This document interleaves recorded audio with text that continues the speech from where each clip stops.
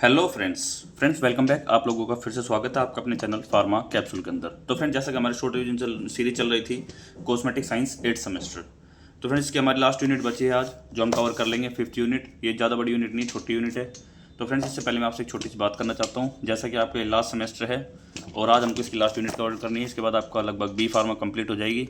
तो फ्रेंड्स, आपको जो हमारी ये शॉर्ट रिवीजन सीरीज आपके लिए हेल्पफुल रही होगी बिल्कुल। और आगे फ्रेंड्स मैं आपको बता देता हूँ, इस चैनल पर आपको बी फार्मा से रिलेटेड गाइडेंस, आगे job updates, GPAT preparation, NIPER preparation, जो स्टेट फार्मासिस्ट वगैरह तो इनकी वैकेंसीज वगैरह, ठीक है फ्रेंड्स, ये सभी डिटेल आने वाली है। और जो फार्मेसी रिलेटेड बुक्स वगैरह उनका गिव अवे भी स्टार्ट होगा।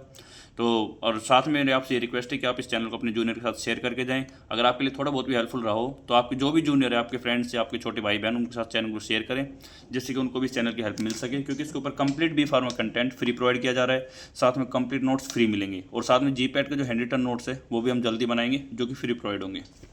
तो यही आपसे रिक्वेस्ट थी। और बाकी आई होप कि आप एक बी फार्मा करने के बाद एक अच्छी कंपनी में जॉब लें, और साथ साथ हो सके तो आप जीपैट और नाइपर जैसे एग्जाम क्लियर करके आपका नाइपर में सिलेक्शन हो। तो फ्रेंड्स, आइए यूनिट 5 को हम कवर करते हैं।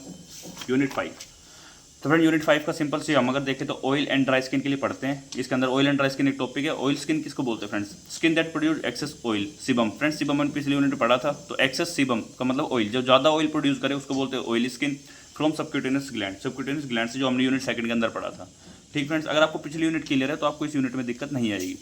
इसकी करेक्टरिस्टिक्स क्या होती है? साइन अपीयरेंस देता है, एनलार्ज करता है पोर्स को। ठीक है फ्रेंड्स, ऑयल स्किन के अंदर जो पोर्स होते हैं वो एनलार्ज होते हैं।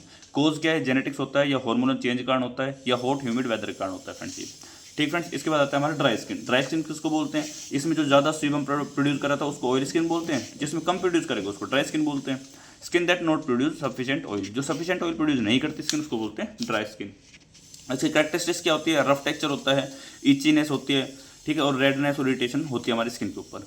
कोज क्या होते हैं इसका? कोल्ड वेदर, ठंड के कारण हो जाता है, सोप या हॉट वाटर के कारण होता है, ठीक है, एजिंग के कारण हो जाता है, या शाइनी जो स्किन कंडीशन है उसके कारण फ्रेंड्स ये हो जाता है। इसके बाद आता है फ्रेंड्स हमारा स्किन मॉइस्चराइजेशन। स्किन मॉइस्चराइजेशन का मतलब क्या होता है भाई? मॉइस्चर का मतलब होता है सिंपल, हमारे जो स्किन के अंदर लिक्विड कंटेंट है या मॉइस्चर उसको मेंटेन करना, उसको बोलते हैं स्किन मॉइस्चराइजेशन। ठीक है फ्रेंड्स, अब इसके पर्पस क्या है? टू मेंटेन और restore water content in the skin. Water content है जो स्किन के अंदर उसको मेंटेन करना, उसको रिस्टोर करना, उसको बोलते हैं स्किन मॉइस्चराइजेशन। ठीक है फ्रेंड्स, अब इसके अंदर मैकेनिज्म क्या है?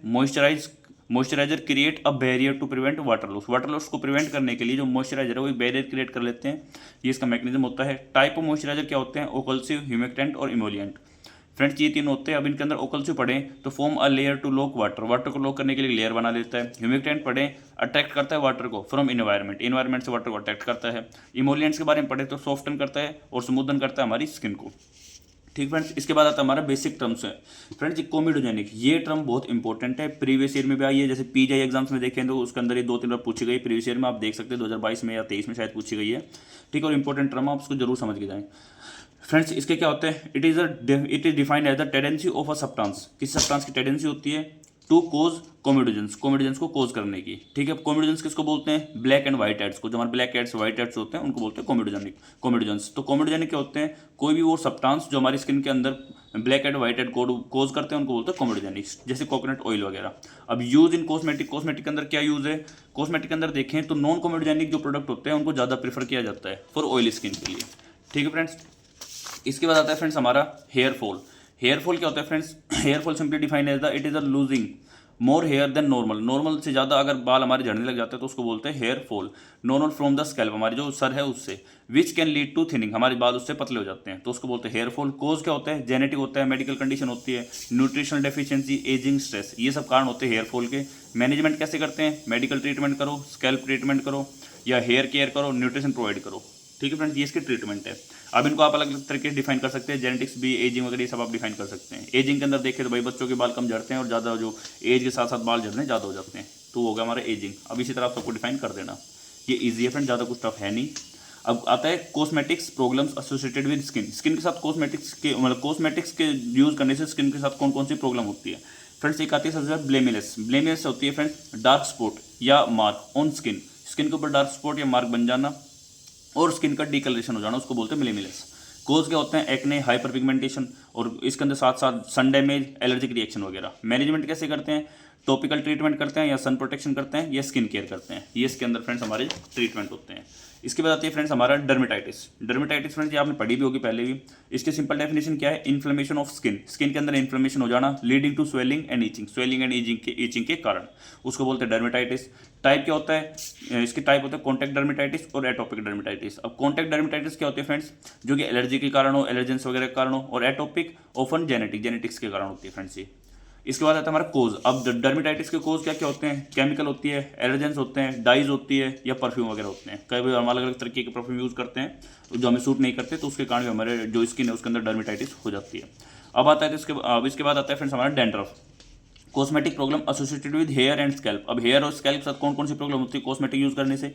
डैंड्रफ। डैंड्रफ के अंदर देखें तो condition where white flakes of dead skin के जो वाइट फ्लेक्स हैं फॉल फ्रॉम स्कैल्प, हमारे सर से झड़ने लग जाते हैं। जो आप देखोगे ऐड वगैरह भी आती है भाई डैंड्रफ वगैरह को कैसे कम किया जाए, एंटी डैंड्रफ शैम्पू वगैरह, वो डैंड्रफ वही है फ्रेंड्स।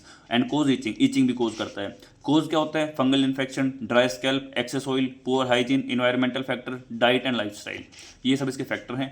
मैनेजमेंट देखिए तो anti dandruff shampoo, proper hygiene maintain करना, डाइट और हाइड्रेशन, ये सब इसके हमारे जो मेंटेनेंस के वो फ्रेंड्स कारण है।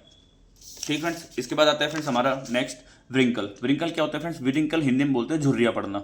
हमारी जो स्किन होती है जैसे एज के साथ अलग अलग, हमारे ओल्ड स्किन देखेंगे तो फिर ऐसे खिंच जाती है ना, ऐसे झुर्रिया पड़ जाती है, तो उसको बोलते हैं व्रिंकल।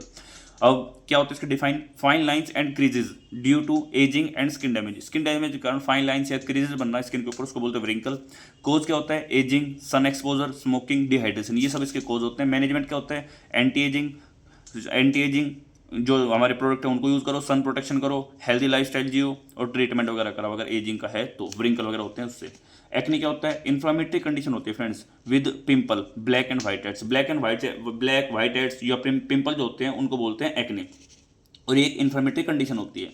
इसके कोज क्या है? Hormonal change, bacteria, oil production, diet lifestyle, और इसका जो मैनेजमेंट करते हैं वो स्किन केयर, ट्रीटमेंट, मेडिकेशन, ये सब इसके वो है जो हमारा जो ट्रीटमेंट है उन सब के मेथड है। अब फ्रेंड्स मैं आपको एक और चीज़ बता देता हूँ, जैसे जो अलग अलग मेथड आप अपने हिसाब से लिख सकते हैं। एक्ने अगर आपसे पूछा गया तो एक्ने की आप डेफिनेशन याद आ गई। कोज फ्रेंड्स आप देख सकते हैं, कोज लगभग बहुत सारे ऐसे कोज है जो सेम होते हैं, तो आप कोज अपने हिसाब से माइंड में बना लेना, कुछ आप याद कर लेना। इसके बाद आता है प्रिंकली हीट। प्रिंकली हीट क्या होती है friends? Condition cause by blocked sweat duct, यानी हम जो पसीने की जो हमारे ग्लैंड्स होती है, स्वेट डक्ट होती है या उनके ब्लॉक होने से होता है friends. And cause itching smell, itching और स्मेल हमारी बॉडी में उसकी वजह से कोज हो जाती है। सिंपल डेफिनेशन है condition cause by blocked sweat duct, अगर हमारे पसीने की जो हमारी डक्ट है वो ब्लॉक हो जाती है उसकी वजह से, जिसकी वजह से कोज होता है ईचिंग करता है और साथ में स्मेल भी होती है हमारी बॉडी के अंदर। इसके कोज क्या होते हैं? स्वेटिंग, पसीना आना, और ब्लॉक स्वेट डक्ट, अगर हमारा स्वेट डक्ट ब्लॉक है तो उससे होता है। मैनेजमेंट क्या है इसका? लूज क्लोथिंग, ढीले कपड़े डालना, ट्रीटमेंट कराना, बाथिंग करना या कूलिंग स्किन को कूल रखना फ्रेंड्स। तो फ्रेंड्स ये थे हमारे जो हमारे टॉपिक था पिंकली हीट वो। इसके बाद आता है body order. Body order simple मतलब ये है फ्रेंड्स, हमारी बॉडी से जो स्मेल आती है उसको बोलते हैं body order. Unpleasant smell produce by bacteria breakdown of sweat, जब बैक्टीरियल ब्रेकडाउन होता है स्वेट का तो उसको बोलते हैं बॉडी ओडर। ठीक है फ्रेंड्स, कोज क्या होता है? स्वेट या तो स्वेटिंग आना कोज होता है, बैक्टीरिया कोज होता है, डाइट, हार्मोन, हाइजीन, इन सब के कारण हमारा जो बॉडी ओडर है वो प्रोड्यूस होता है। अब मैनेजमेंट कैसे करते हैं? गुड हाइजीन मेंटेन करो, क्लोथिंग करो, प्रॉपर बाथिंग वगैरह करो, डाइट चेंज करो, ट्रीटमेंट कराओ, ये सब इसके जो है हमारे मैनेजमेंट के मेथड होते हैं फ्रेंड्स। इसके बाद आता है एंटीपर्स्पेंट एंड डिओड्रेंट। फ्रेंड्स ये हम ऑलरेडी सेकंड या थर्ड यूनिट में कवर कर चुके हैं, आपको मिल जाएंगे डिट्टो, वही आपको यहाँ पर लिखना है, अलग से पढ़ने की कोई जरूरत नहीं है, मैं आपको शॉर्ट में बता रहा हूँ। एंटीपर्स्पेंट डिओड्रेंट क्या होते हैं? Both product use to manage body odour को मैनेज करने के लिए यूज किए जाते हैं। एंटीपर्स्पेंट किसको बोलते हैं? इनका फंक्शन होता है रिड्यूस करना sweating by blocking sweat gland को ब्लॉक करके स्वेटिंग को मेंटेन करना। Active ingredient aluminium chloride, zinc, zirconium, glycerine. Mechanism of action block sweat duct को ब्लॉक करता है, रिडक्शन इन स्वेट प्रोडक्शन। और डिओड्रेंट क्या होता है? मास्क करता है बॉडी ओडर को विदाउट अफेक्टिंग स्वेट प्रोडक्शन उसको अफेक्ट किए बिना। अब एक्टिव इंग्रेडिएंट पढ़ें तो एक्टिव इंग्रेडिएंट के अंतर आता है एंटी माइक्रोबियल एजेंट जैसे कि इथेनॉल, फ्रेग्रेंस, एब्जॉर्बेंट डालते हैं। मैकेनिज्म ऑफ एक्शन देखें तो एंटी बैक्टीरियल एक्शन देता है, बॉडी ओडर को मास्क करता है, मॉइस्चर करता है और मॉइस्चर एब्जॉर्प्शन का काम करता है। तो फ्रेंड्स ये था हमारा शॉर्ट रिवीजन सीरीज यूनिट 5 का। इसी के साथ आपके लगभग बी फार्मा के सभी सब्जेक्ट 8 सेमेस्टर के जो कंप्लीट हो चुके हैं। और मैं आपसे यही लास्ट में रिक्वेस्ट करूंगा कि अपने जूनियर के साथ इस चैनल को शेयर करके जाएं और जो भी आपके फ्रेंड सर्कल है उसमें इसको शेयर करें। Thank you friends for connecting with us pharma capsule.